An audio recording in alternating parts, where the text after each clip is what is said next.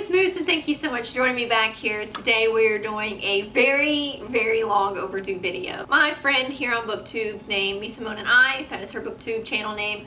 I will link her down below. But a couple months ago, she tagged me to do the Shakespeare Book Tag, and life just got so busy and you know, all of those other excuses that I could never do it. I screenshotted the questions and I even wrote down my answers and just never recorded the video. So today that is what we will be doing. We will be doing the Shakespeare Book Tag. I am not going to tag anyone in particular for this book tag, so if you find these questions interesting, even though it's called the Shakespeare Book Tag, your answers don't have to be about Shakespeare. I don't think any of mine actually were about Shakespeare. They're just kind of inspired by his works. So if you like these questions, feel free to do them yourself. So question number 1 is Much Ado About Nothing. It is your favorite bickering couple whom everyone knows really care about each other. Can be romantic relationship or a friendship. And for this one, I chose Ron and Hermione from the Harry Potter series. I don't talk about Harry Potter a lot here on the channel just because I don't really get much opportunity. And I don't make much opportunity either. I don't go out of my way to make Harry Potter videos. But Harry Potter is one of my absolute favorite series. I reread it every couple years. And I don't know if I've ever mentioned it on this channel, but Ethan actually read through the books for me when we first got together because he knew I liked it so much. So it just made it mean so much more to me even still. So yeah, I chose Ron and Hermione for that one. I like them as a couple. Some people don't. I do. Question number 2 is Measure for Measure, a book whose plot or genre is really hard to explain to other people. For this one, I chose The Name of the Wind by Patrick Rothfuss. This is a trilogy, going to be a trilogy. The first 2 books are out. We're still waiting on the third one. I have not read the second one yet, but everyone raves about these books and I really enjoy them, but they are so difficult to explain the plot. So the main character in this story is basically telling his life story over a span of 3 days.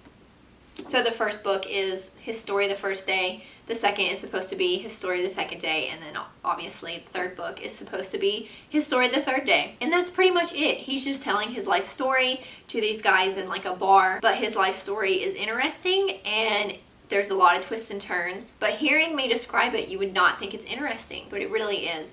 I would consider this kind of a high fantasy kind of novel though. Even though there's not a lot of fantasy aspects to it, there's not a whole bunch of magic or mythological creatures or anything like that. But I know a lot of people that I have talked to have a hard time getting into this book just because it's not action-packed like a lot of typical fantasy books. But it is really good if you're into high fantasy, adult fantasy. This is an adult novel. It's not YA at all. Please don't mistake that. I know I read a lot of YA and I talk about it a lot here on this channel, but this is an adult fantasy novel. It's not YA.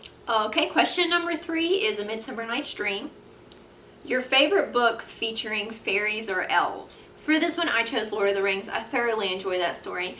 I haven't read the books themselves since middle school, and at that age, I think they were a little advanced for me. They are on my reread TBR list as an adult. I think I would enjoy them more now than I did when I was a kid in middle school. However, I do really enjoy the movies. Ethan and I recently watched through them. I don't think he'd ever seen all of them consecutively together, and he was really into it. So again, it's another one of those things where it just means so much more to me now that we've experienced it together, and I would really like to read the books again. Question number 4 is Hamlet, an underutilized female character. For this one, I chose Prim from The Hunger Games. The Hunger Games are another one of my favorites, and I don't think that's a surprise coming from a booktuber. I feel like The Hunger Games are a favorite for a lot of people, and it's another one of those series that I reread every couple years just because I enjoy it so much. And it's another series that I want to read with Ethan. Ethan is more of a history buff and a classics kind of person.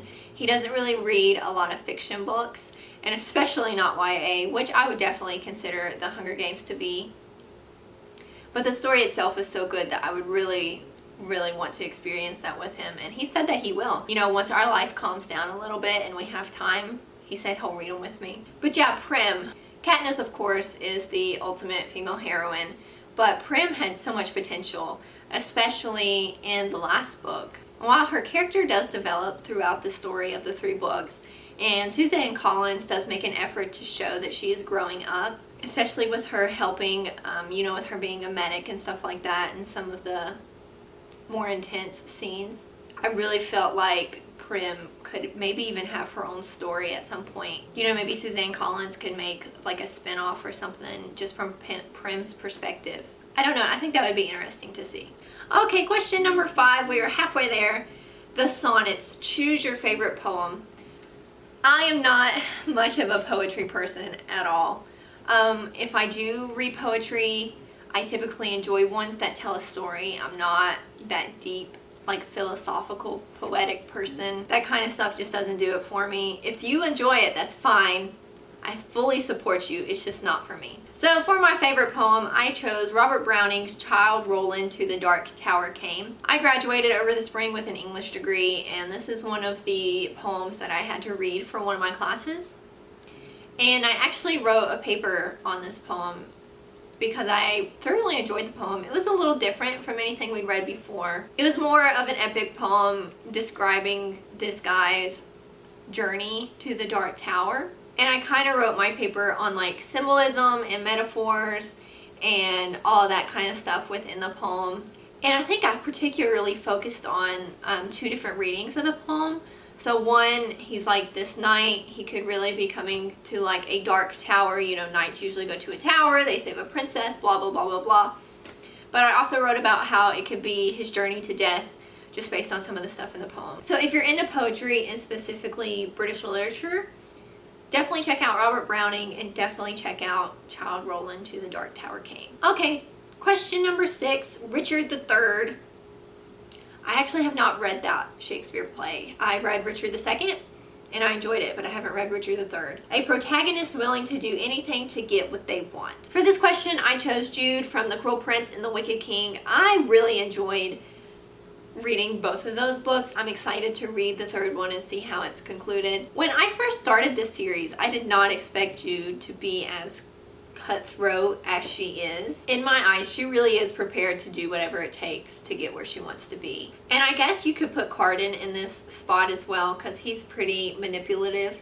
But yeah, if you haven't read those books, go check them out. Jude is definitely a strong character if you ask me. Not perfect, she has her faults, but I think she's a strong character. Number 7 is Antony and Cleopatra, your favorite trope / bookish buzzword / historical figure, etc., for which you still haven't found the perfect book. For this one, I chose one that maybe doesn't fit completely well because it's not really a trope or anything. I guess it could be a buzzword, but as you can probably guess from my channel, I enjoy fantasy books and I have not found the perfect dragon book. So for number 7, I said dragons. Dragons are so cool. They're such like magnificent creatures, if you ask me, in the fantasy world. And I just have not found a book that I'm just like, yes, that's the perfect dragon book. To be fair, I haven't read that many books with dragons in it, so it's probably my fault. I enjoyed Game of Thrones on HBO, but I haven't read the books yet. Of course, there are dragons in that book. And I own Aragon, but have never read it. You know, obviously this is a dragon book as well. It's a dragon series, and I've never read it. So it's probably my fault that I haven't found the perfect book.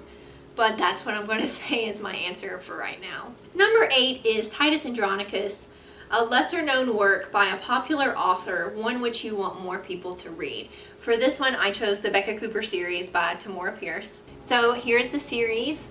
It is Terrier, Bloodhound, and Mastiff. I read this series when I was in middle school and absolutely loved it. I have not read it since. I haven't read it in my adult life. I really want to reread it. And I know people are familiar with Tamora Pierce, but I never hear anyone talk about Becca Cooper. So if you like YA fantasy, definitely check out Becca Cooper. Number 9, we're almost done, is King Lear, a complex female villain or anti-hero. This one I struggled with a lot, just because there's not a lot of female villains or anti-heroes. In the end, I ended up picking Janine Matthews from Divergent. Divergent is another book that I haven't read since middle school, but I remember absolutely loathing this woman. They are another ones that I would like to reread, but they're not exactly high on my priority list. So yeah, I chose Janine Matthews for that one. Okay, last question, kind of. Question 10, The Taming of the Shrew. Choose 2 polarizing books, one you loved and one you hated.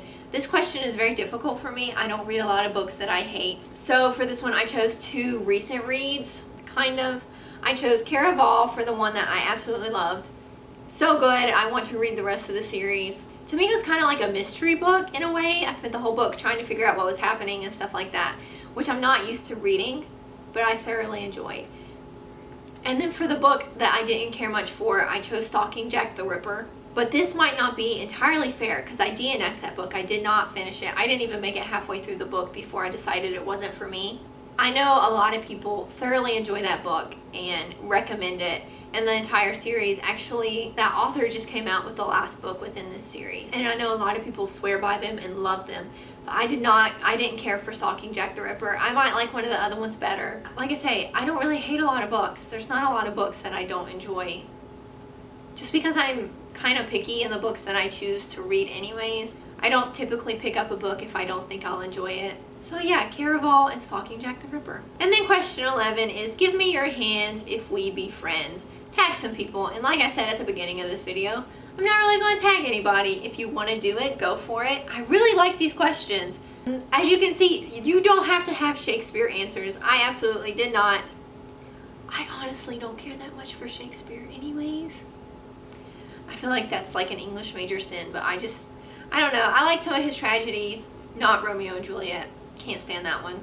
And I like some of his histories, so like Richard II and Henry IV and stuff like that.